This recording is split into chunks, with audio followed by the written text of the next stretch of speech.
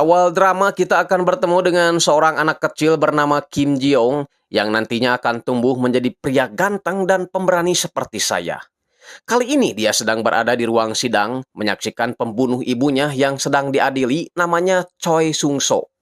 Namun sayangnya hakim koplok ini menyatakan bahwa Sung-so tidak sengaja melakukan pembunuhan, sudah berusaha berdamai dengan pihak korban dan lagi dalam perawatan karena gangguan mental. Akhirnya dia hanya dihukum 3,5 tahun saja, membuat si Jiong marah padahal jelas-jelas di waktu kejadian dia membunuh ibunya secara brutal.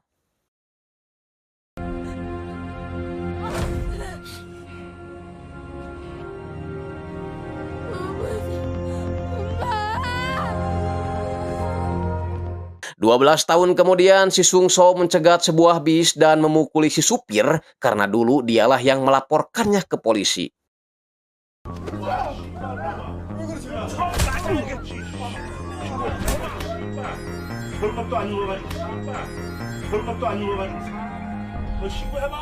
Gusti Allah, belum tobat juga nih orang.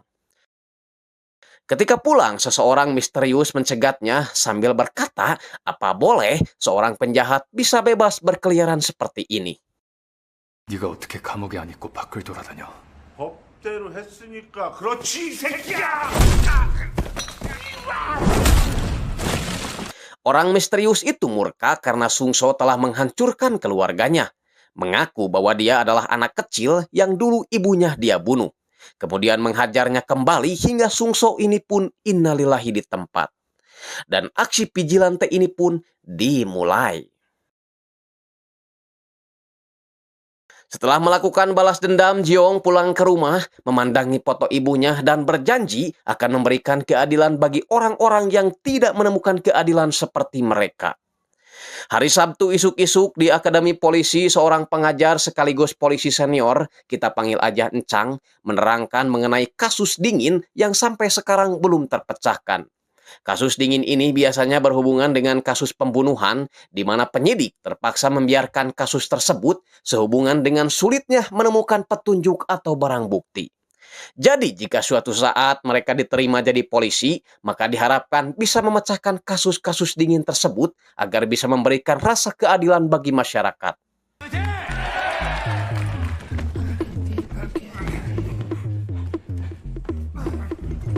저 민선욱이 컨디션이 별로 안 좋네.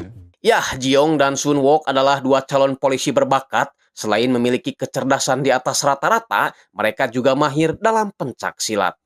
Membuat dua polisi senior ini yakin kalau mereka berdua akan menjadi polisi hebat di masa depan. Di akhir pekan, para calon polisi ini pun diperbolehkan untuk pulang terlebih dahulu, di mana Sun Wook, Jiong, dan satu lagi si Bohim menaiki bis yang sama dan akan pulang ke rumah masing-masing.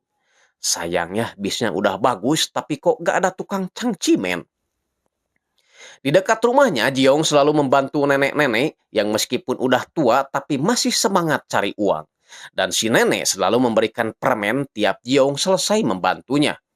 Meskipun hari libur, Jiong tak berhenti mencari kasus ketidakadilan, di mana kali ini diberitakan seorang preman yang menyerang sebuah keluarga yang membuat bapak keluarga tersebut dirawat di rumah sakit selama berbulan-bulan. Pelakunya emang ditangkap, tapi karena hukum bisa dimanipulasi, mereka akhirnya dibebaskan. Oleh karena itu, Jiong memeriksa kasus tersebut, dan setelah tahu lokasi dan wajah si pelaku, Jiong pun akhirnya bergerak.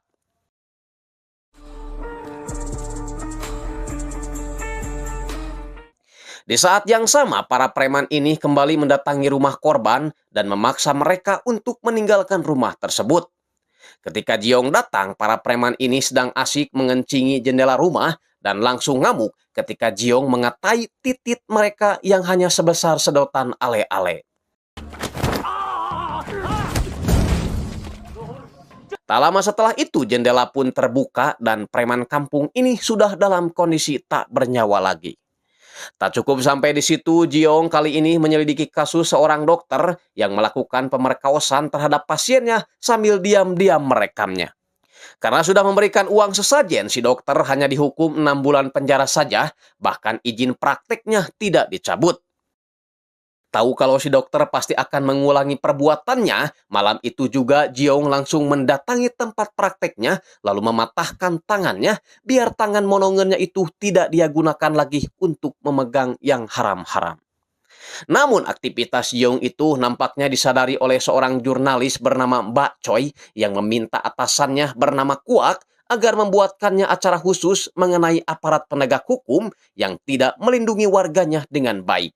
Sehingga muncullah seseorang yang memanfaatkan hal itu dengan sebutan Vigilante. tak lama berselang, acara itu viral di televisi dan mengenai kasus vigilante menuai banyak pro kontra dari berbagai kalangan. Hanya saja ketika mendengar ibu-ibu mengucapkan terima kasih karena merasa tertolong, Jiong merasa senang. Bahkan kedua rekannya sangat mendukung dengan adanya vigilante tersebut. Nah, karena acaranya sukses, Mbak Choi jadi tambah bersemangat, apalagi dia mendapatkan petunjuk kalau vigilante selalu bergerak pada saat akhir pekan. Sementara itu, secara kebetulan Pak Encang menyuruh Jiong dan Sun Wook menginput data kasus ke website kepolisian, hingga Jiong bisa dengan mudah mengetahui terkait kasus-kasus yang ada.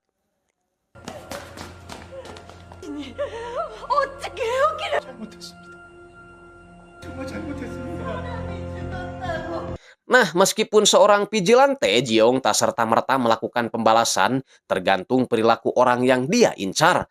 Kalau si pelaku mengaku menyesal dan minta maaf, maka dia pun tak akan menghukumnya.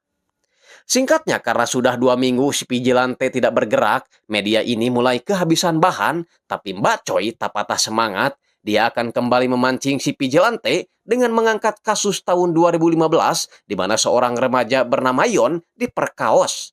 Dan si pelaku pemerkosaan bernama Jung ini hanya dihukum 7 tahun penjara dengan alasan mempunyai riwayat gila dan sekarang sudah bebas.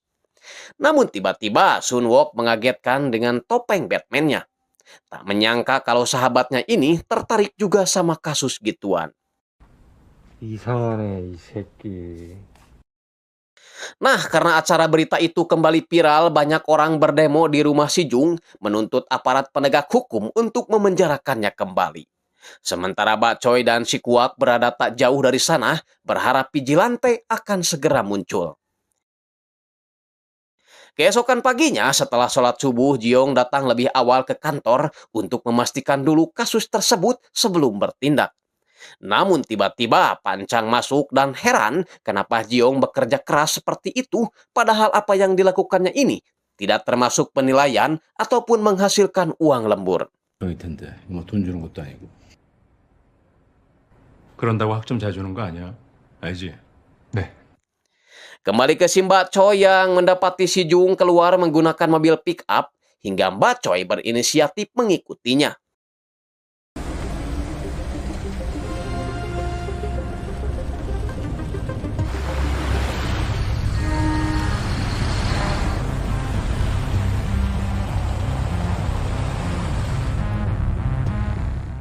Sialnya, ketika di pelabuhan, Mbak Choi malah kehilangan jejak karena mobil-mobil di sana menggunakan pick-up dengan jenis yang sama.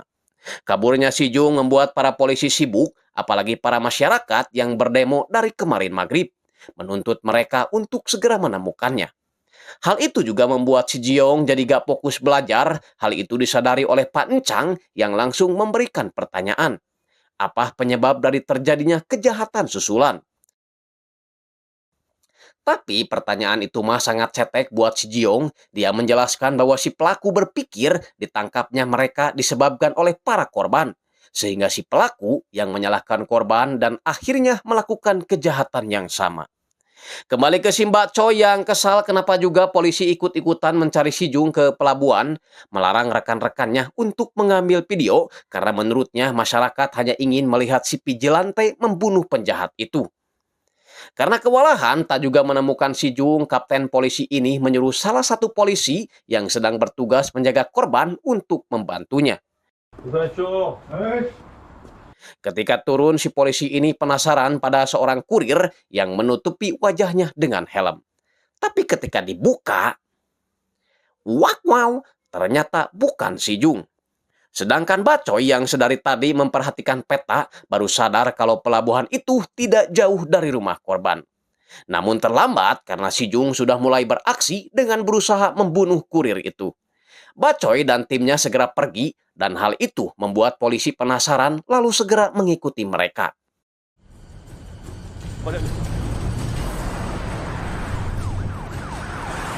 Jung yang kini sedang menyamar jadi kurir pun berpura-pura mengantarkan Odading yang padahal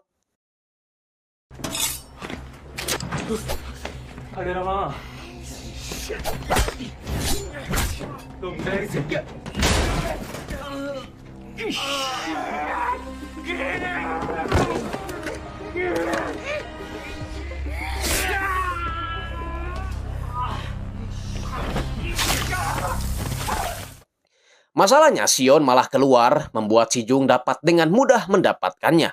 Menyalahkan Sion yang telah membuat hidupnya jadi amburadul kayak gini. Namun ketika akan dieksekusi, 반성하면서 살았어야지. 지금부터 널 풀어.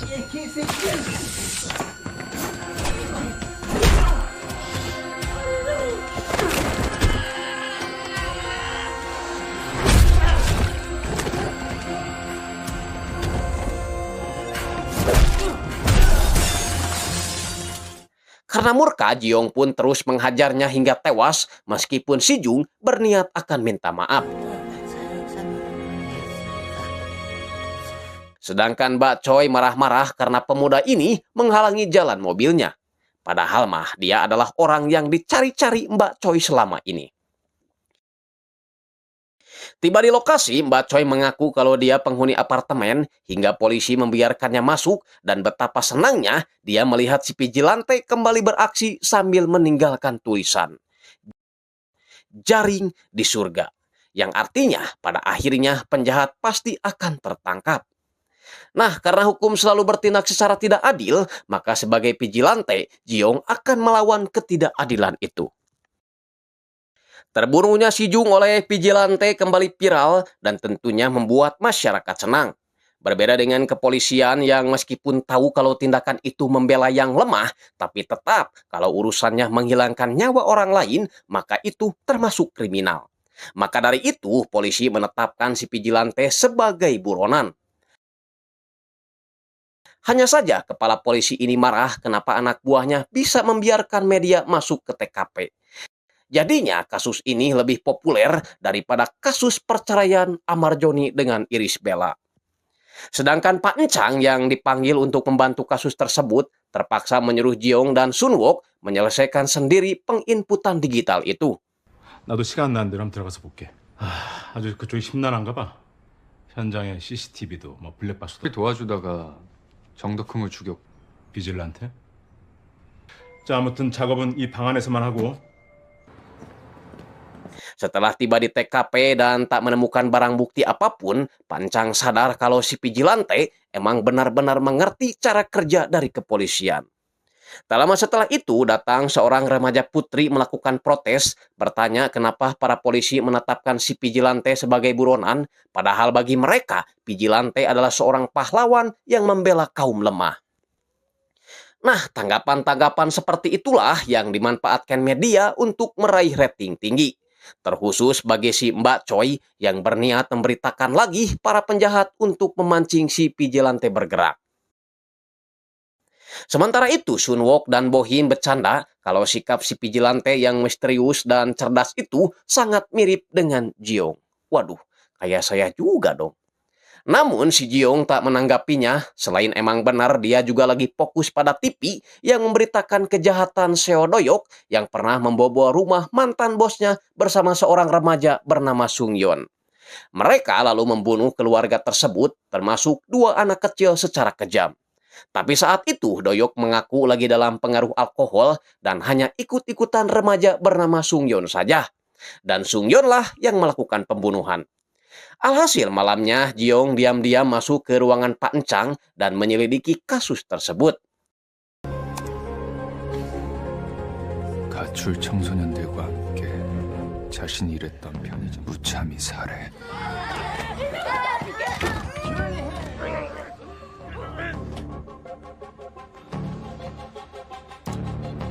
Nah, karena kasus itu dilimpahkan pada seorang remaja, hukum pun membebaskan mereka terkait undang-undang di bawah umur. Namun melihat gaya hidup si Doyok yang selalu pesta miras, Jiong yakin bahwa si Doyoklah pelakunya. Bahkan mengingat nama klub malam yang sering Doyok kunjungi. Ketika akhir pekan, Sun Wook iseng-iseng mengajak Jiong ke klub malam dan berjanji akan mengalah dalam ujian jika Jiong bersedia ikut.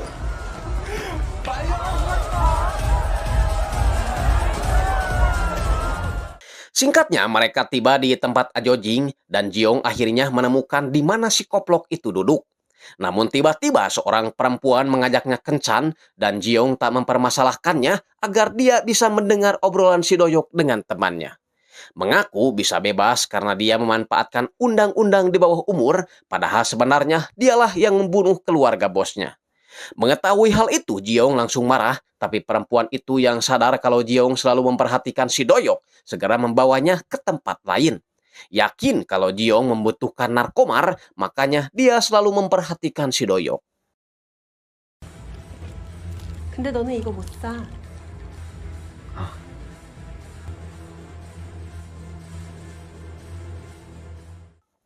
Setelah itu, Jiong tiba-tiba teler dan saya tidak tahu apa yang dilakukan Jiong semalam. Yang jelas ketika bangun, dia sudah berada di kamarnya. Adeh, udah cerot nih ye. Setelah itu, dia kembali ke asrama yang langsung dapat sindiran dari si Bohim. Yakin bahwa semalam, Jiong udah nanam bibit jagung. Malam harinya, Jiong memeriksa sosmed para korban dan menemukan video anak kecil yang juga jadi korban pembunuhan itu, mengingatkannya pada dirinya di masa lalu. Jiong pun menyelidiki jalur narkomar yang sering dilakukan oleh si Doyok yang ternyata seorang bandar juga. Sehingga di akhir pekan, dia membuntuti si Doyok ketika bertransaksi, bahkan mengetahui lokasi di mana si koplok itu menyimpan barangnya.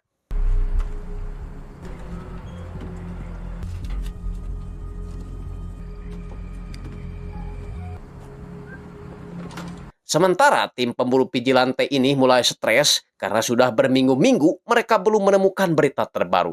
Sehingga Mbak Choi menyuruh timnya agar bekerja lebih keras lagi dan sepertinya dia sudah punya ide lain.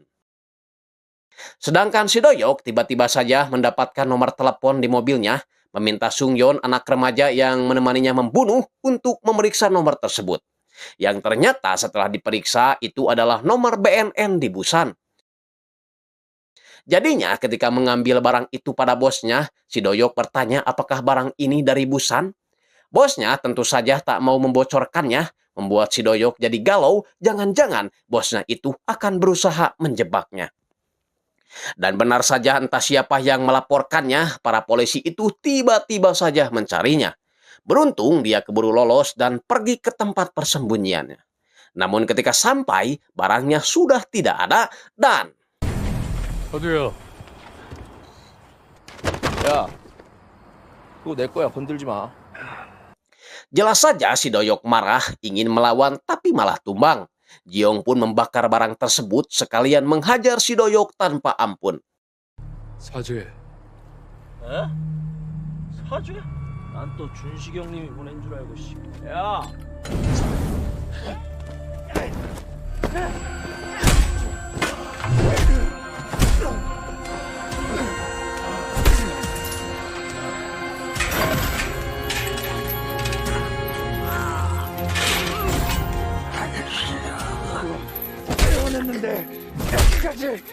Kemudian mengambil HP-nya dan menyuruhnya untuk meminta maaf pada orang-orang yang telah mereka bunuh, termasuk dua anak kecil ini. Tapi meskipun sudah minta maaf, si koplok ini tetap aja dibunuh. Besoknya mayat si Doyok ditemukan, membuat pihak kepolisian kembali kecolongan dan beritanya kembali viral, membuat publik semakin mendukung vigilante. Bahkan salah satu stasiun televisi mengadakan acara debat ala-ala ini talk show di Indonesia. Ada yang mengutuk, ada juga yang menyalahkan para aparat penegak hukum yang gak becus menghukum penjahat. Hingga terciptalah vigilante yang dipuja-puja masyarakat. Dan yang paling bahagia dalam hal tersebut adalah media yang meraup untung gede dari iklan-iklan yang mensponsori mereka. Tapi tidak bagi Mbak Choi yang tak ingin timnya berpuas diri karena medianya harus lebih cepat tanggap daripada kepolisian. Nah, aksi-aksi vigilante itu membuat banyak penjahat ketakutan dan takut dibebaskan hingga kepolisian meminta bantuan pusat untuk menangani kasus vigilante ini. Dan bantuan itu datang melalui polisi yang dijuluki sebagai si monster bernama Jo-hon. Yah, ini adalah polisi blasteran manusia dengan tiang listrik, di mana dia langsung menghampiri si Sung-yeon dan pamer trik ala-ala Patarno.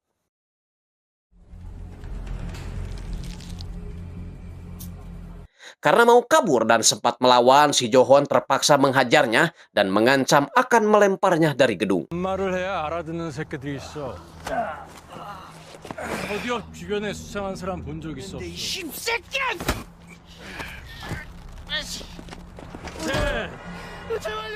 Akhirnya si Sung-yeon memberitahu di mana tempat biasa si Doyok nongkrong, termasuk nomor HP BNN Busan tersebut. Dan Jo-hon memastikan bahwa dia akan menangkap si vigilante bagaimanapun caranya. 결국엔 잡힐 겁니다. 장담하죠. 사람들 기억에서 잊힙니다. Nah, boomingnya vigilante menjadikan banyak orang ingin meniru aksinya.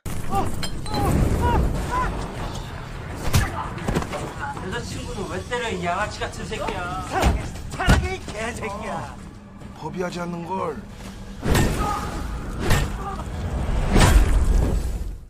Dan pas ditangkap polisi, mereka malah menyalahkan hukum yang tak berbuat semestinya. Karena hal itu, media terus mengadakan podcast terkait pro kontra vigilante. Bahkan salah satu anggota dewan ini secara terang-terangan menyalahkan vigilante karena aksinya itu memancing masyarakat untuk berbuat main hakim sendiri. Jeong tentu saja tidak setuju karena menurutnya itu bukanlah salah si vigilante, tapi medialah yang terlalu membesar-besarkan berita tersebut hingga masyarakat jadi ikut-ikutan. Sun Wook pun setuju dengan pernyataan itu meskipun mereka berdua adalah calon polisi. Sementara si Jo-hon baru paham kenapa para polisi susah untuk menangkap si vigilante karena di TKP si vigilante sama sekali tak meninggalkan jejak sedikit pun. Tapi apapun itu, manusia blasteran tiang listrik ini tetap harus segera menangkapnya karena perbuatan vigilante jelas-jelas salah di mata hukum. Sedangkan Bacoy baru dapat kasus lagi, yaitu seorang kurir yang terlindas truk tapi pelakunya malah dihukum ringan. Menyuruh anggotanya untuk mencari tahu latar belakang si supir truk itu karena dia yakin vigilante akan tertarik dengan kasus ini. Yah, ternyata insting Bacoy memang tajam karena si Jeong memang lagi menyelidiki kasus tersebut. Ceritanya, ketika si kurir sedang mengeluarkan barangnya, tiba-tiba saja sebuah truk tak sengaja menabrak dirinya.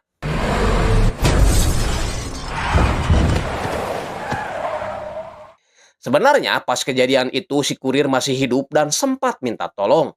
Namun karena si supir gak mau ribet membayar biaya rumah sakit, akhirnya dia lebih memilih untuk menggilasnya kembali. Anjing, dasar manusia pamali. Namun ketika Jeong ingin mencari alamat si supir, Sun Wook keburu datang. Sehingga Jeong beralasan kalau dia lagi membereskan sisa file yang harus dia input.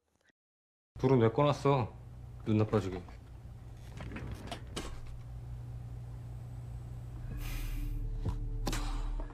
Besoknya, si supir truk itu didatangi oleh ibu korban yang mempertanyakan kenapa mobilnya harus dipundurkan lagi. Padahal dia bisa membawa anaknya ke puskesmas terdekat. Tapi si koplok ini tetap gak merasa bersalah, menyeret si ibu itu karena merasa dia juga sudah dihukum meskipun hukumannya ringan. Membuat si Jeong marah hingga malam harinya ketika si supir lagi berendam di bak gede.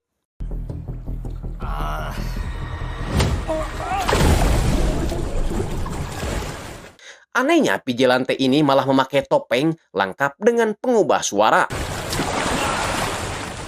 너 잡으러 온 귀신이다 이 새끼야. Yah, ternyata ini adalah vigilante palsu karena yang asli malah lagi sibuk membantu nenek tetangga merapihkan dus jualannya. Dan seperti biasa, si nenek selalu memberi permen sebagai hadiahnya. Tapi ketika melihat berita bahwa ada vigilante lagi selain dirinya, tentu saja membuat Jeong merasa heran. Begitupun dengan si Jo-hon yang kebingungan karena vigilante ini menggunakan alat pengacau CCTV berbeda dengan aksi vigilante sebelumnya. Nah, kasus itu pun diberitakan oleh TV sebelah, membuat Mbak Choi ngamuk, menilai kalau timnya memang gak becus kerja. Bahkan TV sebelah itu meniru acara mereka yang menampilkan para penjahat yang bebas dari hukuman setelah menjadi tersangka. Sampai ketika malam tiba, vigilante palsu kembali beraksi tanpa menyelidiki dulu kebenaran kasus tersebut. Membunuh seorang perempuan karena dikira membunuh suaminya. Padahal suaminya itu mati tertabrak beca. Begitupun dengan bocah bulu kumut ini yang dikira memperkeos seorang perempuan, padahal dia hanya dijebak oleh orang lain. Dan yang lebih mengejutkan lagi, dia membuat video siaran bahwa dia tidak akan menghentikan aktivitas main hakim sendirinya, seolah-olah menantang para polisi. 비질런테 활동은 범죄. 하지만 이것은 공개적으로 선언합니다. 죄를 미워하는 인간의 본능에 따르게 비질런테 활동은 멈추지 않습니다. 아무도 우리를 잡을 수 없을 것입니다. Dari cara nantangnya seperti itu justru membuat Pak Encang yakin kalau vigilante yang sekarang adalah peniru atau palsu. Dengan tujuan untuk memprovokasi vigilante asli dan entah apa tujuannya. Rupanya Mbak Choi ini punya pikiran yang sama dengan Pak Encang kalau itu adalah vigilante palsu. Dan hanya medianya lah yang akan mendapatkan pesan dari vigilante yang asli.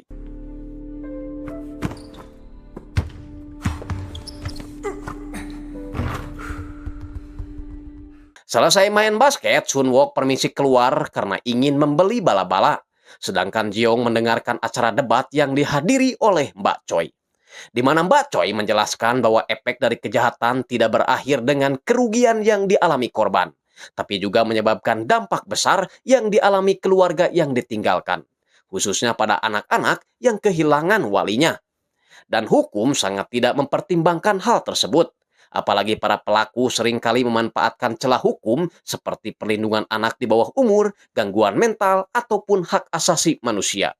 Sehingga para penjahat mendapat keringanan hukuman. Jadi Mbak Choi tidak setuju jika harus menyalahkan vigilante atau media. Karena yang seharusnya disalahkan itu adalah para anggota dewan dalam membuat undang-undang hukum yang banyak celah dan tumpang tindih. Mendengar penjelasan itu seketika membuat Jeong tertarik karena apa yang disampaikan Mbak Choi sama dengan yang dirasakannya. Sementara itu, si nenek yang lagi sibuk bawa gerobak tak sengaja menghalangi jalan pengendara mobil ini. Karena orangnya gak sabaran, temperamental, dan agak edan, pria bernama Sopo ini malah tega menabrak si nenek. Gobloknya lagi, udah mah ditabrak, dimaki-maki pula. Seorang pria yang melihat kejadian itu meminta si Sopo agar bertanggung jawab, tapi si Sopo malah menyerangnya. Alhasil, pria itu balik memukulnya hingga bonyok.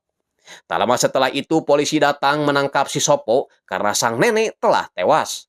Sialnya, pria yang niat nolong itu juga harus ditangkap polisi dengan alasan telah melakukan penganiayaan. Wah, akhir zaman emang ya, si pelaku dibawa ke rumah sakit, yang nolong malah dibawa ke kantor polisi. Bedom sih, anjing. Jeong yang nonton berita penabrakan itu terlihat murka, sesekali mengapalkan tangan karena tak sabar ingin segera mengeksekusi pelakunya. Sia. Hingga ketika akhir pekan tiba, Jeong menolak ajakan si Bohim untuk pergi ke tempat Ajojing lagi karena dia ingin segera beraksi. Di sisi lain, kakak si Sopo, kita panggil aja Jarwo, dengan pelontongnya teriak-teriak di rumah si nenek. Menawarkan uang 20 juta won asalkan suami si nenek mau berdamai dan mencabut tuntutan terhadap adiknya. Yah, mau ngejawab gimana? Kondisinya aja udah lumpuh begini. Mana sendirian lagi. Jeong yang sedari tadi membuntutinya segera menghajar si Jarwo.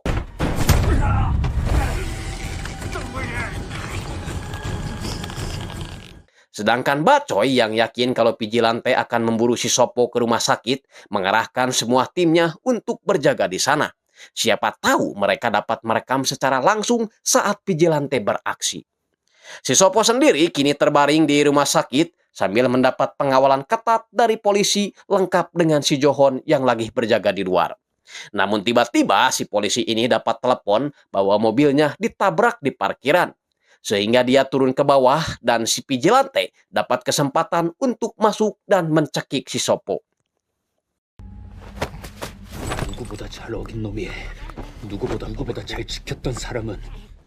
Jiong ingin si Sopo mengakui kejahatannya dan meminta dihukum seberat-beratnya di pengadilan nanti. Dan jika tidak, maka dia akan membunuhnya. Di saat yang sama si polisi itu memeriksa mobilnya, namun semuanya baik-baik saja. Baru sadar kalau itu hanyalah pengalihan. Sementara si Johon malah berpapasan dengan si Jiong yang lagi nyamar jadi dokter. Dan setelah tahu kalau si Sopo habis diserang, dia semakin yakin bahwa orang tadilah vigilantenya. Segera mengerahkan anggotanya untuk mencari ke setiap sudut rumah sakit. 반장님은 CCTV 확인하시고. 빨리.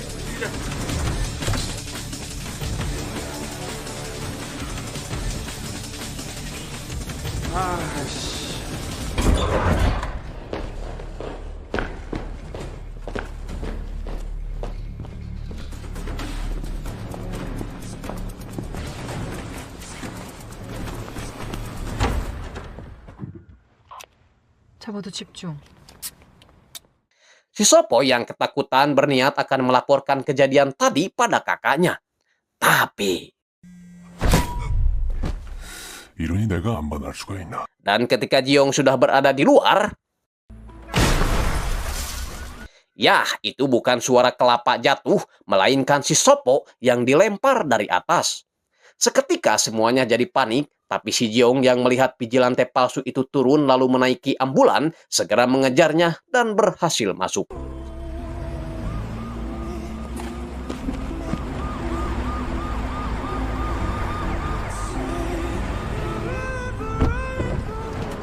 Anehnya si palsu ini tahu kalau vigilante yang asli bernama Jiong. 반갑다, 지영아.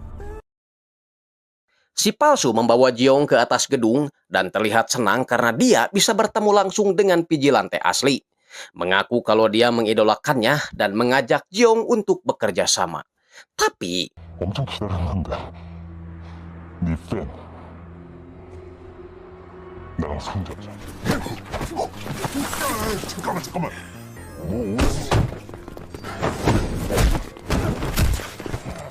계속 안 잡힐 것 같아. 야, 더 평상해 보이네. Jiong jelas menolak karena tujuan si palsu ini berbeda dengan tujuannya selama ini.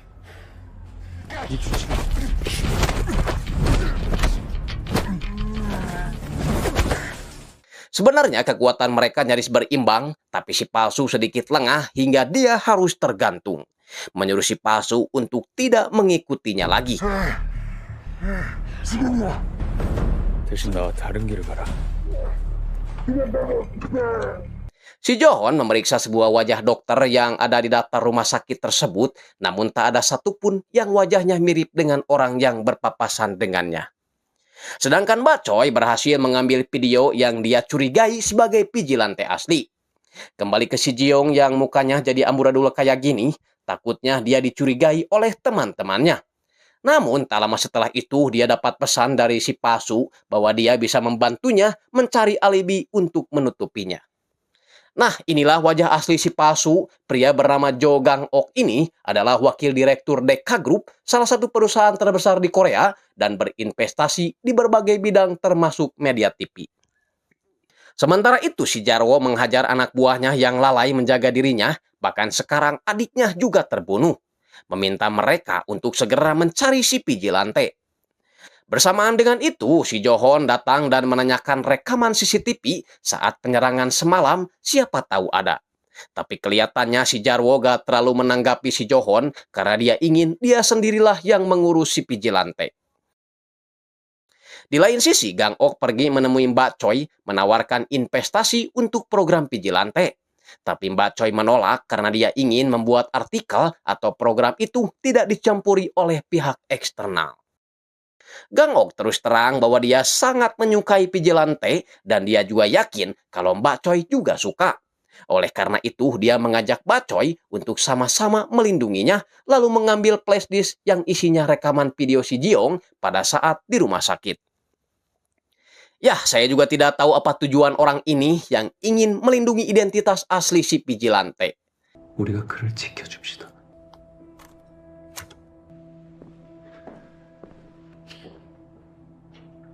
Singkatnya, Johon dan yang lainnya membahas tentang kasus yang terjadi semalam di rumah sakit, di mana si Johon mengungkapkan pendapatnya yang sama persis dengan Pak Encang, yakni si pelaku adalah orang yang ngerti tentang cara kerja kepolisian.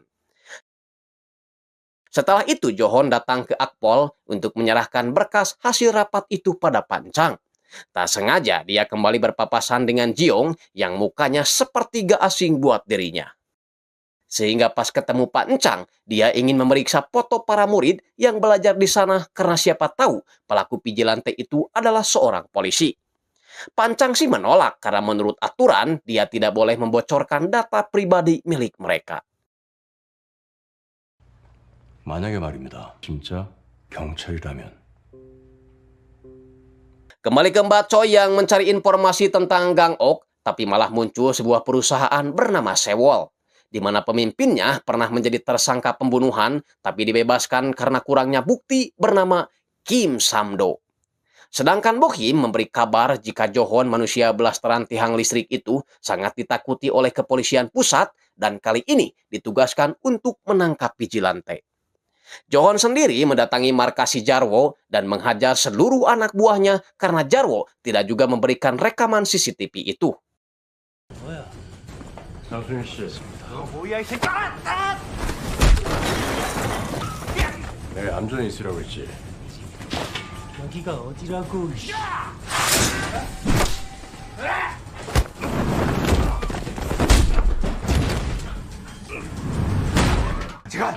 진짜 경찰이야? Karena takut, si Jarwo akhirnya jujur kalau rekamannya sudah dirusak oleh vigilante. Sementara Pak Encang yang sudah mulai curiga dengan Jiong mempertanyakan luka yang ada di wajahnya. Dengan polosnya Jiong menjawab kalau ini akibat dicipok nyamuk. Tentu saja Pak Encang gak percaya, tapi 경찰이 김지용 학생을 찾아갔는데요. ya, tiba-tiba saja wanita bernama Mei Mei ini mengaku telah diselamatkan Jiong saat dirinya akan diperkaos oleh 7 orang tadi malam. Jadinya Pak Encang yakin bahwa luka di wajah Jiong adalah hasil menyelamatkan perempuan ini. Nah, ternyata bantuan tadi berasal dari Gang Ok, lalu asistennya melapor kalau video yang direkam Mbak Choi tentang vigilante aman terkendali. Karena muka si Jiong sama sekali gak kelihatan. Hanya saja saat ini Mbak Choi sedang menyelidiki perusahaan si Samdo.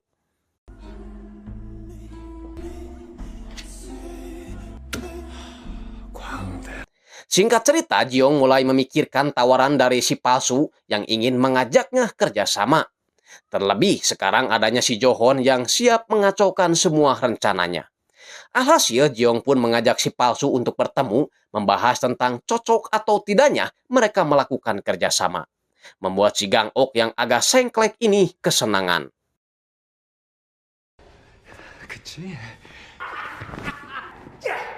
Di tempat lain, Mbak Choi yang sedang menyelidiki perusahaan si Samdo, yaitu Sewol Industri, meminta bantuan teman sesama jurnalis yang dulu pernah menyelidiki perusahaan si Samdo bernama Desok.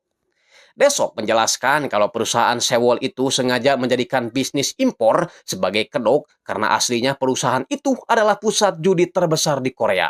Pinjol ilegal lengkap dengan menjual narkomar juga.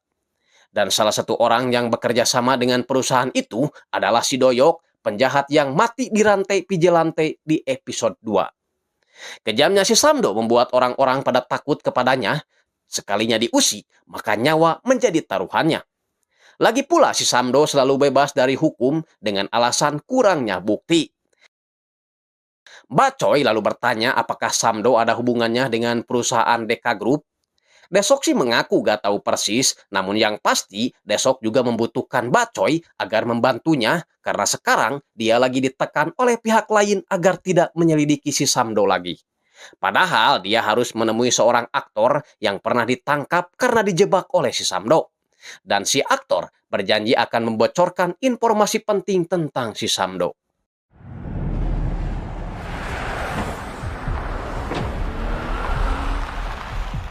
Nah, teman-teman, ini dia si Samdo yang wajahnya selalu menjengkelkan tiap main di adegan film manapun. Dia datang ke sana untuk mengeksekusi 2 orang yang dulu pernah melaporkan perbuatannya pada polisi. Tragisnya lagi, si Samdo memanfaatkan para babi yang gak dikasih makan selama setahun untuk memakan mereka. Tapi saat itu juga si Samdo harus merasakan karmanya ketika sepatu mahalnya harus menginjak ranjau babi.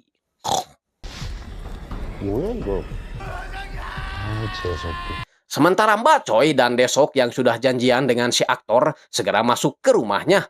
Namun sialnya si aktor sudah dalam keadaan tak bernyawa. Mereka yakin kalau itu adalah sebuah pembunuhan. Tapi si polisi menyatakan bahwa itu kasus bunuh diri, itu dibuktikan dengan adanya surat terakhir dari si korban. Di saat mereka kebingungan, si Desok teringat pada tempat awal mereka akan melakukan pertemuan. Tapi tiba-tiba si aktor merubah tempat pertemuannya. Yakin kalau si pelaku pembunuhan itulah yang mengalihkan tempat pertemuan mereka. Singkatnya, akhir pekan pun tiba dan Jiong akan memanfaatkan waktu liburnya itu untuk menemui si palsu. 안녕하세요. 저 기억하시죠? Di saat bersamaan, Johon juga ada di sana. Jadinya Jiong memilih untuk pergi dengan si Mei Mei karena tidak ingin melibatkan dua sahabatnya. Setelah itu, Jiong pura-pura pergi ke toilet, padahal dia sengaja menemui si Johon. Pura-pura bertanya, apakah ada yang bisa saya bantu? Johon hanya menyarankan Jiong untuk tidak mengulangi perbuatannya lagi, karena bakatnya yang cerdas bisa saja akan sia-sia.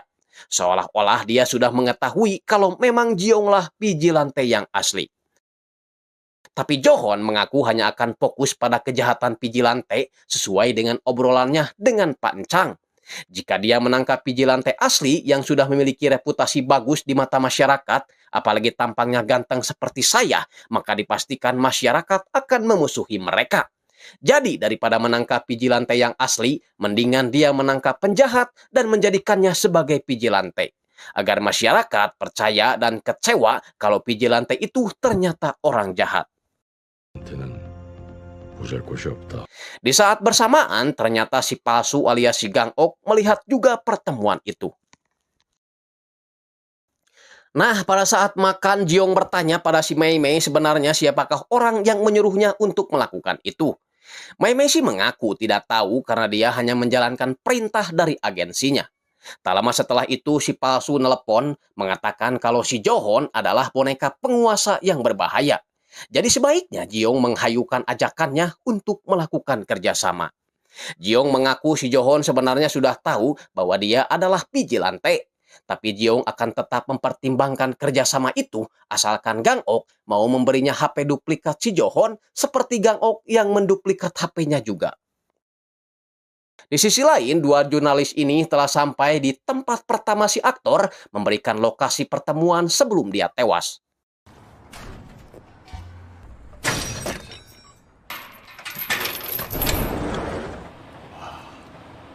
Dan benar saja gudang itu berisi server koin kripto ilegal yang sering dilakukan si aktor atas perintah perusahaan Sewol. Baru ngerti kenapa si aktor dibunuh karena untuk menjaga rahasia tempat tersebut. Tapi masalahnya satu orang pria misterius muncul sambil membawa obeng. Naas bagi si Desok yang tak sempat melarikan diri hingga dia harus innalillahi di tempat. Sedangkan Bacoy berhasil kabur meskipun pria ini sempat menaiki mobilnya.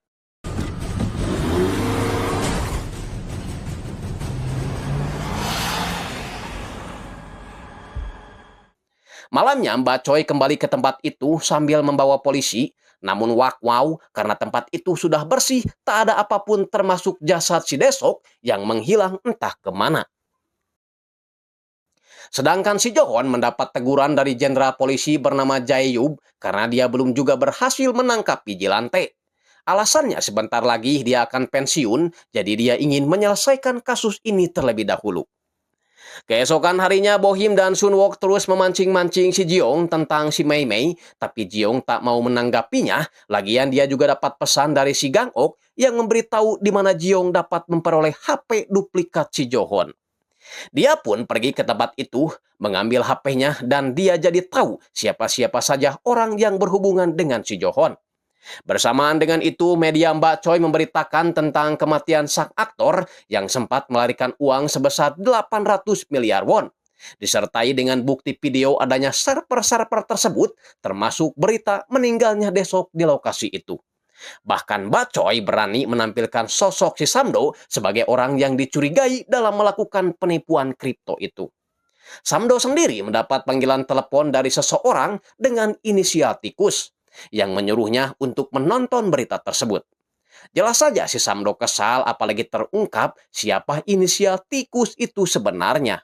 Yah, ini dia orangnya, mantan dalang OPJ sekaligus jenderal polisi yaitu Jae-hyuk Patrio. Membuat si direktur media marah-marah karena gara-gara acara tersebut dia baru saja diancam oleh si Samdo. Karena tak terima dimarahi direktur, si Kuak akhirnya memarahi Mbak Choi juga. Tapi sebagai jurnalis, Mbak Choi tetap kekeh pada pendiriannya yang akan melaporkan kebenaran pada setiap acaranya. Oke, setuju. Di sisi lain, orang yang kemarin membunuh Desok, kita panggil aja Rocky ini, sedang sibuk membakar jasad si Desok dan kini sedang menyuruh anak buahnya bernama Acuy untuk membunuh Mbak Choi sekalian. Ya, si Rocky ini adalah seorang pembunuh bayaran kepercayaan si Samdo yang selalu menjalankan misinya bersama si Tamya Blasteran Genderuwo. Singkatnya, setelah melihat Mbak Choi, si Acuy segera bergerak dan berusaha membunuhnya. Tapi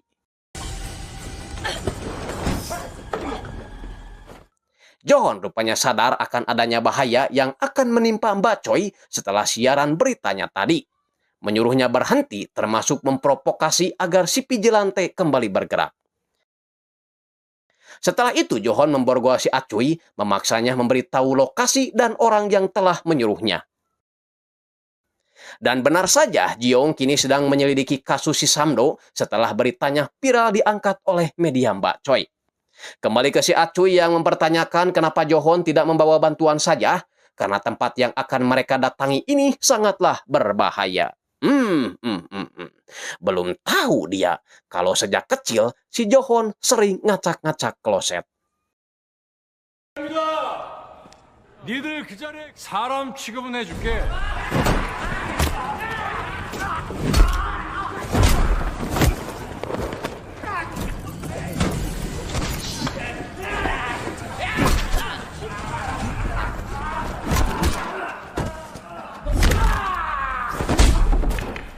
Tak lama setelah itu, para polisi pun datang ke TKP dan dia telah mempengaruhi media agar menganggap seolah-olah kejahatan yang terjadi di gudang tersebut adalah perbuatan vigilante. Berharap masyarakat tidak memuja-muja lagi pahlawannya tersebut. Tapi tentu saja mereka tetap gak percaya. Jae-hyuk pun marah-marah kenapa John melakukan hal seperti itu, menipu masyarakat. Padahal dia marah karena tempat itu adalah markas rekan mafianya, yaitu si Samdo. Samdo sendiri merasa bingung kenapa John memfitnah mereka sebagai vigilante dan menyelamatkan Mbak Choi. Yakin kalau itu bukanlah perintah si Jae-hyuk. Yang itu berarti dia juga harus menyingkirkan si John selain Mbak Choi. Nah, sebagai mafia gelap tentu saja dia punya tempat untuk mencuci uangnya, yaitu di sebuah gereja, dan oknum pendeta inilah pelakunya. Namanya Shin Kayo, kita panggil aja pendeta Shin. Sementara si Jiong hanya tertawa melihat si John ternyata membuktikan ucapannya waktu itu, yang akan menjadikan penjahat sebagai vigilante. Tapi tentu saja dia tak akan membiarkan itu terjadi lagi. Hingga malam harinya dia mendatangi kurir narkomar si Samdo dan tanpa basa-basi lagi dia langsung membunuhnya.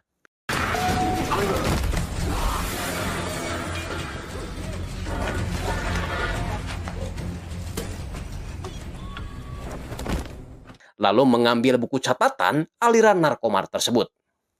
Sedangkan direktur media kembali marah-marah karena media mereka dicap jelek oleh masyarakat akibat dari rencana John tersebut. Menyuruh Mbak Choi dan si Kuak agar mundur sebagai jurnalis. Namun tak lama kemudian pembunuhan kurir narkomar itu diberitakan dan di TKP terdapat tulisan khas ala vigilante asli.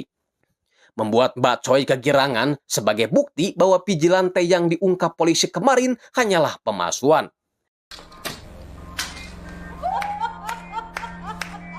Begitupun dengan si Gang Ok yang merasa senang karena idolanya itu telah menjawab tantangan polisi. Berbeda dengan si Samdo yang justru panik karena buku besarnya telah menghilang. Sementara itu, si Johon yang kecewa segera mengejar Jiong, tapi dia berhasil lolos.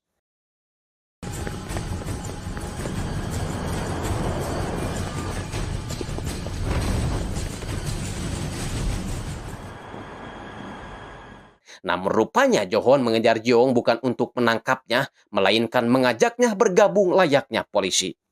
Akhirnya Jiong menempakkan diri dan bertanya apakah Johon pernah berada di posisi orang lemah?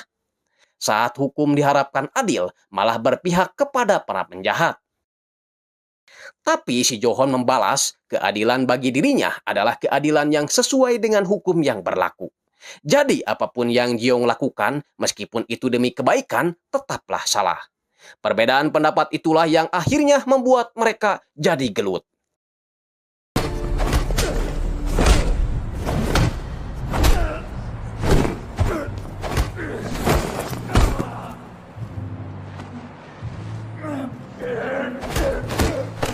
고금을 막론하고 반역죄야 반역죄. 그리고 거기에 성공하지 못한 자, 넌 강력자야 반역자. Dengan memanfaatkan tubuh tinggi besarnya, Johon sama sekali tak kesulitan untuk membuat Jiong terkapar dan akan segera membunuhnya. Si palsu ternyata dari tadi sudah ada di sana, tapi dia tidak tahu harus berbuat apa. Dalam keadaan terdesak, Jiong sempat berkata apakah ini merupakan perintah dari si tikus juga, membuat Johon kaget dan akhirnya Jiong bisa melepaskan diri sambil berkata bahwa dia tidak peduli orang-orang akan menyebutnya apa karena dia terpaksa harus menjadi iblis untuk membunuh iblis lain. Yakin kalau si Johon sudah tahu apa yang dilakukan si Samdo dengan tikus atasannya itu. Jadi si Johon seharusnya membuktikan apakah keadilan itu memang ada pada kedua penjahat tersebut. Kalau Johon bisa membuktikannya, maka Jiong bersedia menuruti perintahnya untuk menjadi polisi adil menurut sistem. Si Johon pun hanya diam mematung, pertanda bahwa kali ini dia setuju dengan Jiong. Singkatnya, Jae-yup malah memecat Johon sebagai kepala tim pemburu vigilante dan pastinya keputusan itu adalah perintah si Samdo. Membuat Johon mulai mempercayai perkataan Jiong. Setelah itu, Johon pergi ke tempat si Acuy disekap, bertanya apakah ini ada hubungannya dengan si tikus. Acuy mengaku tidak tahu karena dia hanya berhubungan dengan Rocky. Hanya saja dia tidak tahu di mana si Rocky sekarang berada. Mungkin salah satu rekannya yaitu si Botak mengetahuinya. Sementara itu si palsu malah memanfaatkan momen dirawatnya Jiong sebagai ajang selfie-selfie dengan idolanya tersebut. Dasar sengklek ya jelema. Ketika siluman dari pingsannya, Jiong harus merasa kecewa mendengar kabar bahwa Mbak Choi telah dipecat oleh perusahaannya. Dengan terpaksa, Jiong meminta bantuan si palsu agar Mbak Choi bisa terus meliput. Keesokan harinya si Gang Ok memberikan ruangan khusus untuk Mbak Choi dan memastikan kalau mereka berada di pihak yang sama, yaitu mendukung si vigilante asli. 자, 이제 사무실도 생겼겠다. 앞으로 어떻게 할 예정이죠? 김삼도 회장의 혐의를 본격 수사기관에서 도저히 나서지 않고는 못 버. 그러고 나면요? 그런데 비질란테가 나설 무대를 만들어줄 겁니다. Alhasil, Mbak Choi pun melakukan siaran lagi, meluruskan tentang kasus kripto dan kematian Desok yang memang benar adanya. Bahkan sekarang dia mengungkit inisial tikus yang membuat masyarakat kembali gempar. 진실을 밝히는 것이 사람들이 진정한 저와 함께 해주실 것이라 믿습니다. 우리가 비질란테라고 부르는 이미 이들과 맞서고 있습니다. 하지만 여러분들께서 함께 해주신다면 끝까지 가겠습니다. Sedangkan Johon menangkap si Botak, menyuruh si Acuy untuk membunuhnya agar si Botak mau memberitahu di mana si Rocky berada. 난 방 씨를 찾을 수 있다. 거수. Sementara itu di kepolisian muncullah Nam Yong-gil, orang yang menggantikan Johon menangkap vigilante. Marah karena si Johon main pergi gitu aja tanpa melakukan serah terima. Sedangkan Jiong yang baru pulang dari rumah sakit akhirnya bisa membuka buku aliran narkomar itu dan menemukan aliran dana 9 miliar won yang dicuci di sebuah gereja. Hingga malam harinya ketika anak buah si pendeta akan mengubah uangnya jadi bentuk kripto,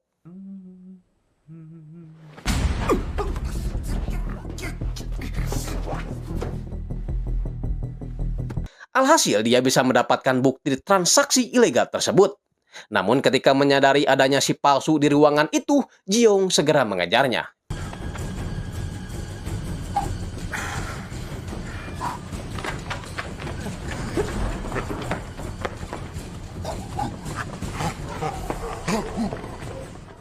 Si palsu ternyata sangat menikmati kejar-kejaran itu dan setelah capek, dia berhenti lalu menagih janji si Jiong yang bersedia melakukan kerjasama. 굉장히 닮은 모습이 많다는 거다. 가면 벗어. 활동을 하는 게 아니라는 증명이 필요해. Alhasil mereka pun nongkrong di atas kontainer dan menitipkan flashdisk itu untuk diberikan pada Mbak Choi. Sedangkan Jiong akan memburu pendeta yang mengatasnamakan agama dalam kejahatannya, lalu setelah itu dia akan mengurus Samdo. Besoknya, Si Yonggil mengunjungi Pak Encang untuk menanyakan apa yang dilakukan Johon ketika dia berkunjung ke tempat ini. Namun tiba-tiba Jiong masuk untuk melapor bahwa dia sudah bisa beraktivitas lagi. Sehingga dia bisa mendengar apa yang dibicarakan Si Yonggil dengan Pak Encang yang ingin melihat daftar para siswa. Ya, Si Yonggil sadar alasan kenapa Johon ingin memeriksa wajah para siswa. Karena Johon mencurigai mereka. Jiong sendiri menawarkan bantuan pada Pak Encang, namun Pak Encang menolak karena sepertinya dia mulai mencurigai Jiong lagi. Ya, hidup pendeta Shinkayo ini memang luar biasa komplit ya. Selain membimbing orang ke jalan kebenaran, dia juga membuka usaha narkomar dan menipu orang. Namun setelah itu, tanpa basa-basi lagi, Jiong menghajar mereka, khususnya pada si oknum yang kabur ini.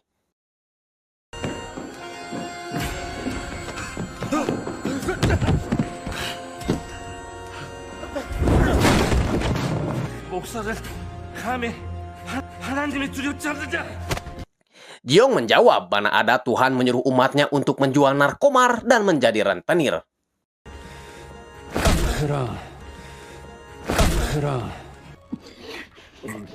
Tewasnya oknum pendeta Shin itu kembali membuat heboh masyarakat dan menuai banyak pro dan kontra. Namun pastinya membuat si Jae-hub khawatir karena bisa jadi merekalah yang akan menjadi korban selanjutnya. Tapi si Samdo menenangkannya karena dia berjanji akan membunuh Mbak Choi, Johon, dan juga si Vigilante dalam kurun waktu 5 hari saja. Asalkan si Jae-hub menyelamatkan kasusnya. Di tempat berbeda, Gang Ok memberikan flashdisk kejahatan si oknum pendeta itu pada Mbak Choi, membuat Mbak Choi curiga jangan-jangan si Gang Ok sudah mengetahui siapa Vigilante sebenarnya. Tapi apapun itu, yang penting sekarang dia harus segera menginformasikan isi flashdisk itu pada publik.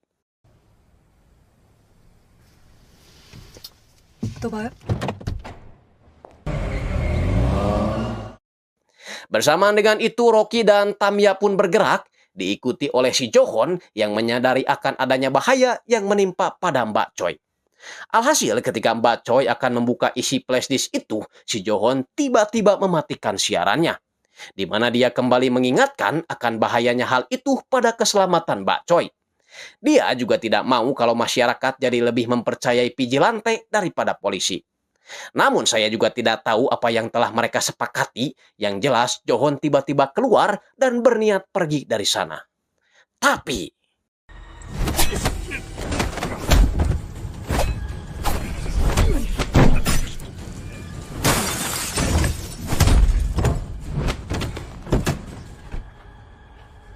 겁나게 빠르네. 재밌네.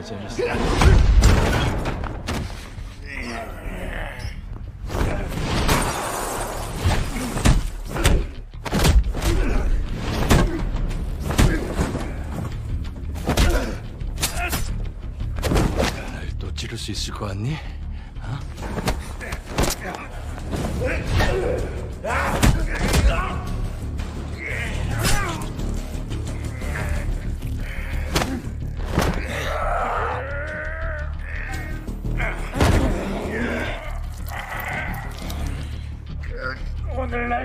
Johon akhirnya tumbang juga ketika si Rocky berhasil menusuk perutnya. Rocky berniat akan menghabisi Johon saat itu juga, tapi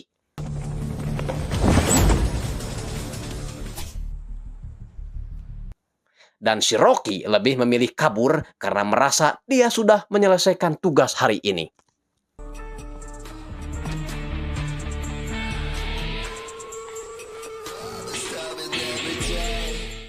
Nah, penyerangan terhadap Johon pun dilaporkan media termasuk penyelamatan yang dilakukan oleh Vigilante.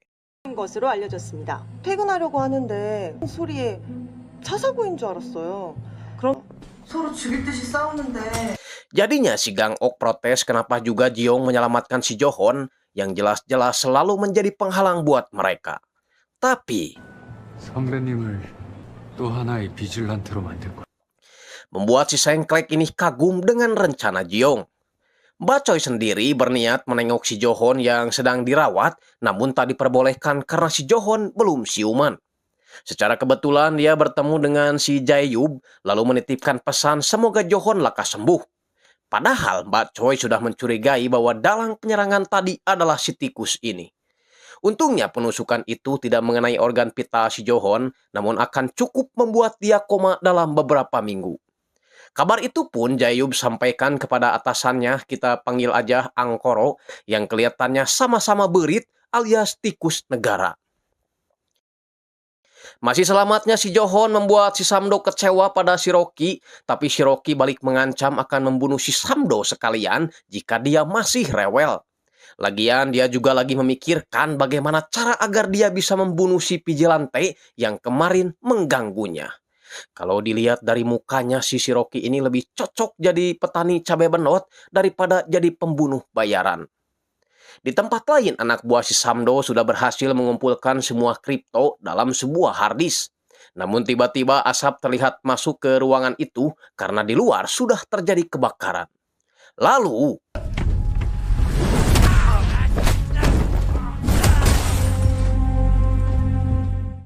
Jiong lalu mengambil kripto tersebut, mencairkan sebagian, kemudian membagikannya pada salah satu panti asuhan.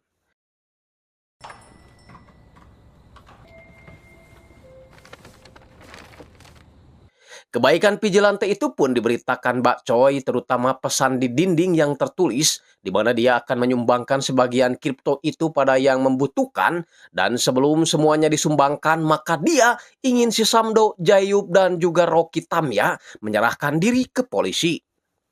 Mbak Choi juga mempertanyakan kinerja polisi yang menunda penyelidikan dengan alasan kurangnya bukti.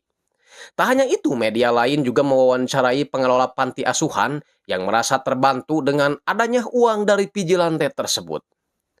Nah, karena gencarnya tuntutan masyarakat, kepolisian akhirnya menyelidiki perusahaan Sewol, tapi si Samdo tak mau menanggapi surat pemanggilannya. Dan ternyata itu adalah ulah si Jae-yub yang ingin menumbalkan si Samdo agar dia bisa selamat, karena kalau dia sampai tertangkap, maka citra polisi akan rusak dan bisa dipastikan akan kalah pamor oleh Hansip. Yah, Samdo yang tahu kalau dia akan dijadikan tumbal, coba memberi sesajen pada si Jae-yub. Tapi si Jae-yub malah menyuruhnya agar menyerah saja dan berjanji akan mengeluarkannya dalam waktu 6 bulan saja. Lagian itu salahnya sendiri yang gak becus mengurus Vigilante. Jadinya si Samdo ngamuk-ngamuk kayak orang yang kesurupan jurik jarian.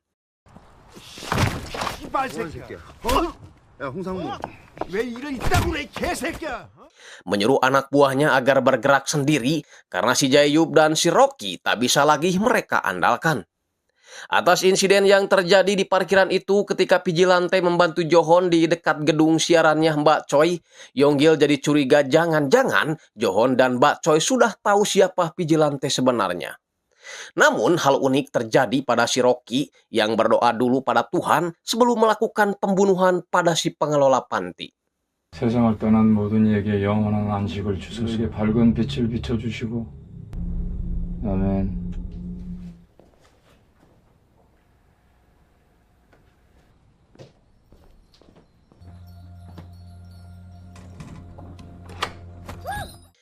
Berita terbunuhnya pengelola panti itu membuat Jiong merasa sedih karena niat baiknya malah dijadikan sebagai ajang balas dendam oleh para penjahat cutthroat. Maka dari itu malam harinya Jiong memberitahu si palsu bahwa dia harus segera bertindak sebelum adanya korban tak bersalah lagi. Meminta si palsu agar mengawasi Mbak Choi karena dia yakin para penjahat akan memburunya juga. Dan tanpa Jiong sadari kalau si Sun Wook nampaknya sudah mencurigainya juga. Sedangkan si Gang Ok mulai meramal dirinya sendiri, dan ketika kartu yang keluar adalah kesatria, dia langsung bersemangat. Di saat bersamaan, anak buah si Samdo mulai terlihat memasuki basement, dan Mbak Choi sepertinya baru menyadari kalau orang yang menghalangi jalannya waktu itu adalah Vigilante. Namun ketika sadar kalau dirinya sedang diincar, Mbak Choi langsung memasang kamera di setiap sudut, lalu bersembunyi sambil melakukan siaran langsung. Hingga banyak publik yang mengetahuinya termasuk polisi. 성훈이, 지금 최미래 방송으로 빨리 찾아! 빨리 찾아!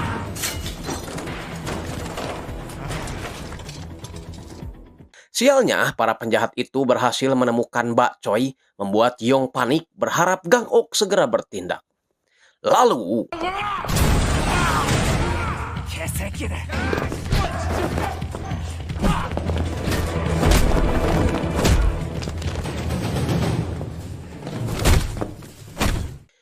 Gang Ok akhirnya datang lalu menyelamatkan Mbak Choi dengan tongkatnya. Ketika Yonggil dan polisi lainnya datang, mereka hanya menemukan Mbak Choi sedang duduk santai di meja kerjanya.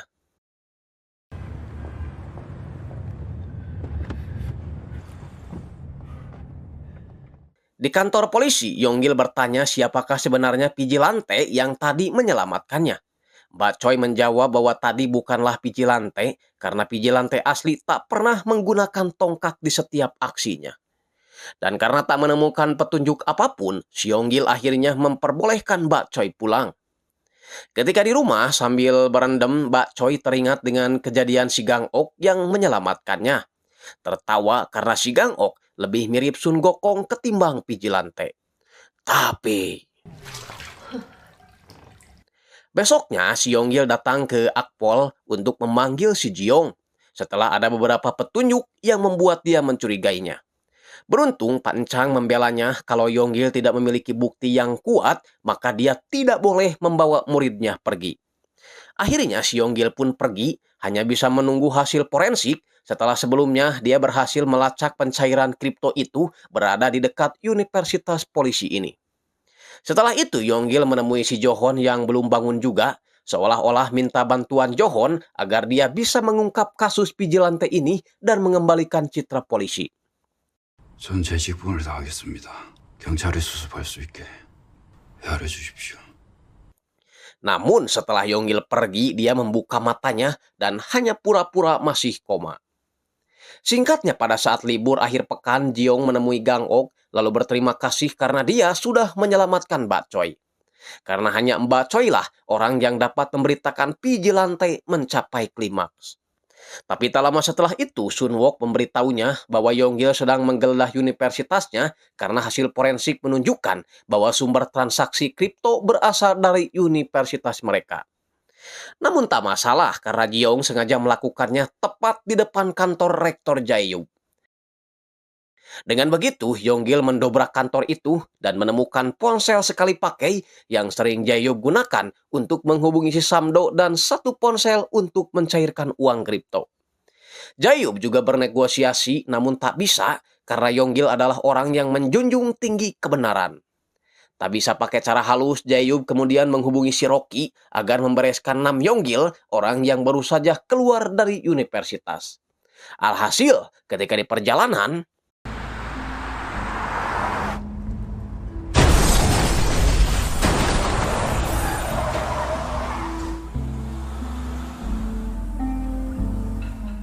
Johon yang mendengar kabar tersebut langsung terkejut, begitupun dengan si Jiong. Hingga malam harinya, Johon langsung menemui Jiong, menyalahkannya karena banyak orang tak bersalah mati karenanya. Jiong lalu menyuruh Johon agar membunuhnya sekarang jika dia ingin menghentikannya. Atau segeralah tunjukkan keadilan seperti yang selama ini Johon ucapkan. 죽을 뿐이야 가짜없이! 상관없습니다. 그것을 보도해줄 사람이 최소한 한 명은 있어. 지금 죽이십시오.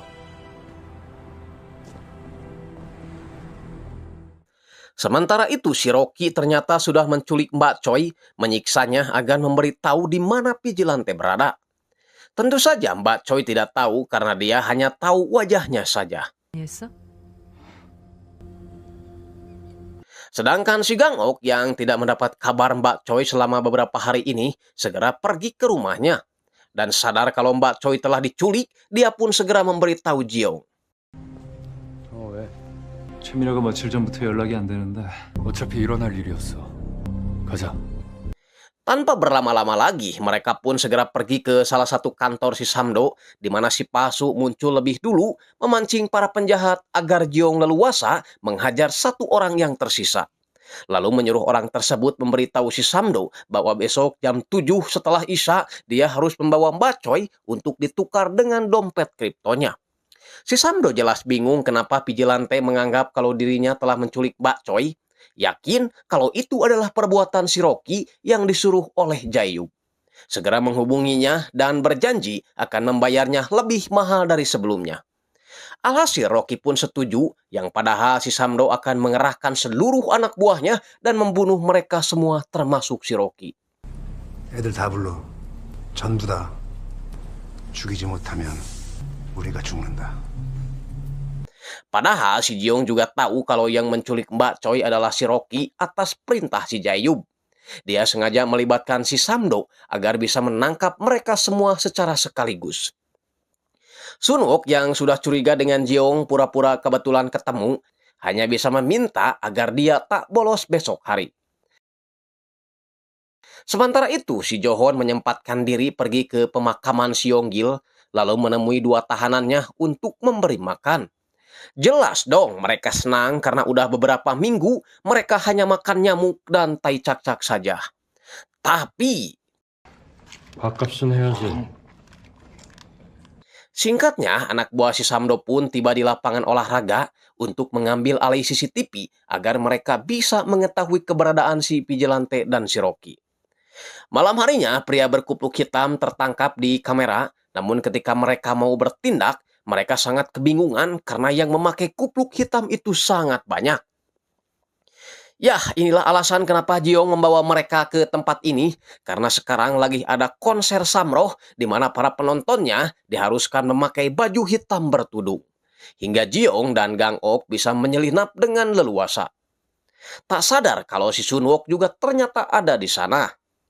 Sementara si Rocky hanya bisa tersenyum melihat kecerdasan si Vigilante, menyuruh Mbak Choi agar memberi kode jika dia melihat Vigilante yang asli. Jika tidak, maka dia akan dimakan oleh si Tamya. Si Tamya pun turun dengan Mbak Choi sambil memakai sweater Holdi juga.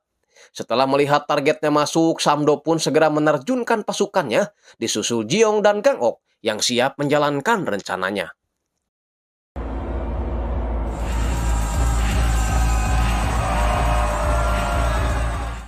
Ketika acara berlangsung, si Samdo duduk di tribun untuk memastikan kalau si Rocky ada di tribun sebelah dan Mbak Choi ada di tengah kerumunan. Tiba-tiba Jiong menampakkan diri dan si Tamya yang menyadari itu segera mengejarnya. Namun ternyata itu hanyalah sebuah trik saja agar si Jiong bisa membawa Mbak Choi keluar dari sana. Si Tamya terus mengejar, sementara Rocky yang menyadari hal itu segera bergerak, begitupun si Samdo. Tapi... 야, 삼두야! 너 뭐야? 너 자고동 귀신들 새끼야!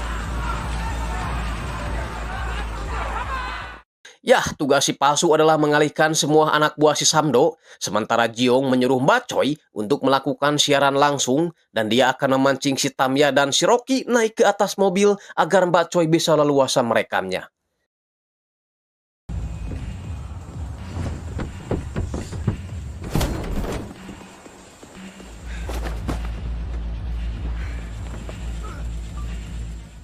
Jo-hoon yang melihat live streaming itu segera bergerak, membawa si Acuy dan juga si Botak untuk menyamar jadi polisi.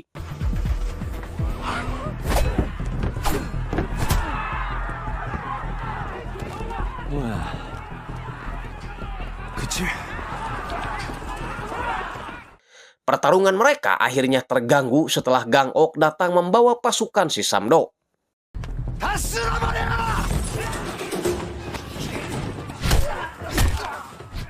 Pertarungan gak seimbang itu pun tak luput dari pengawasan Mbak Choi. Di tempat lain, si Jayub sedang asik makan seblak dengan si Angkoro, tapi situasi berubah ketika salah satu anak buahnya melaporkan kericuhan itu. Tentu saja si Angkoro kecewa, menyuruhnya untuk segera pergi membereskannya.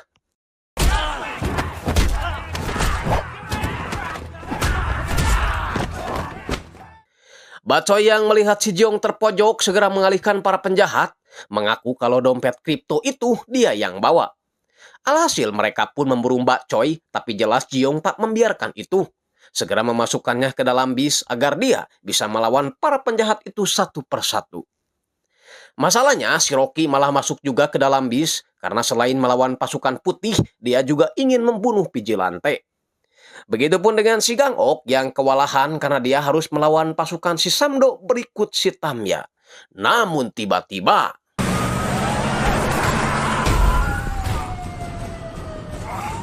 Johon menyuruh mereka untuk berhenti dan menyerahkan diri. Tapi si Samdo yang udah kagok edan malah tetap ingin melawan.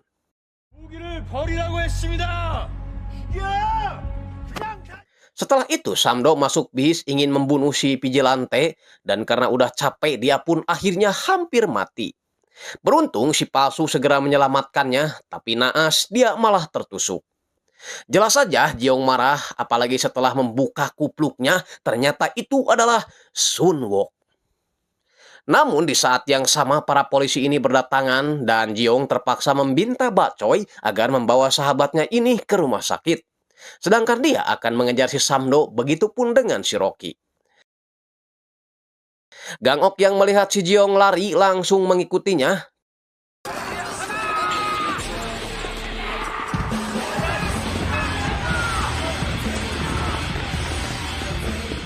Gang Ok mengunci pintu agar dia bisa menahan pasukan si Samdo di sana.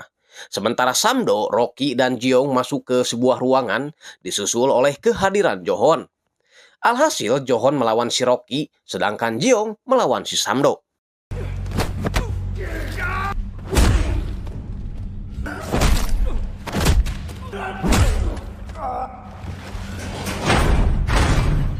Penjahat utama kita baru muncul, bertepuk tangan melihat yang di bawah saling hajar kayak sabung ayam. Samdo yang ketakutan memohon agar dia diselamatkan. Tapi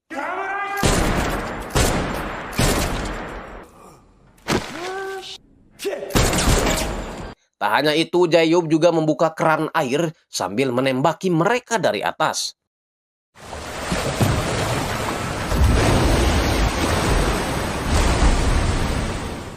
Jadinya Johon dan Jiong kerjasama. Ketika peluru si Jayub habis, Johon lalu membantu si Jiong naik ke atas.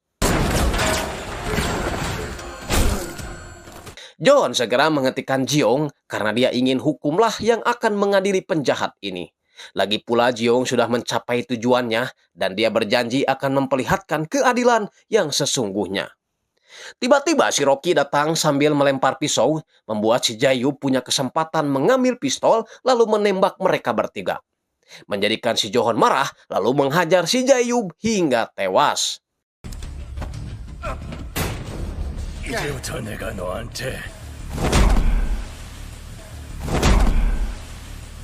Rocky yang masih penasaran berusaha akan membunuh si Johon, namun Jiong menahannya lalu membalikkan arah pisau sehingga membuat si Rocky juga tewas.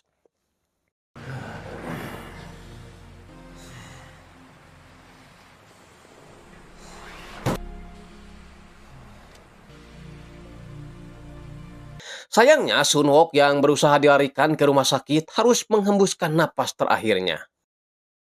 Nah, entah apa yang direncanakan Bak Choi dengan Jiong, yang jelas Bak Choi menjadikan Sun Wok sebagai vigilante yang rela mengorbankan nyawanya demi kebenaran. Dan membuat kedua petinggi polisi ini, termasuk si Angkoro, harus menutup kasus vigilante.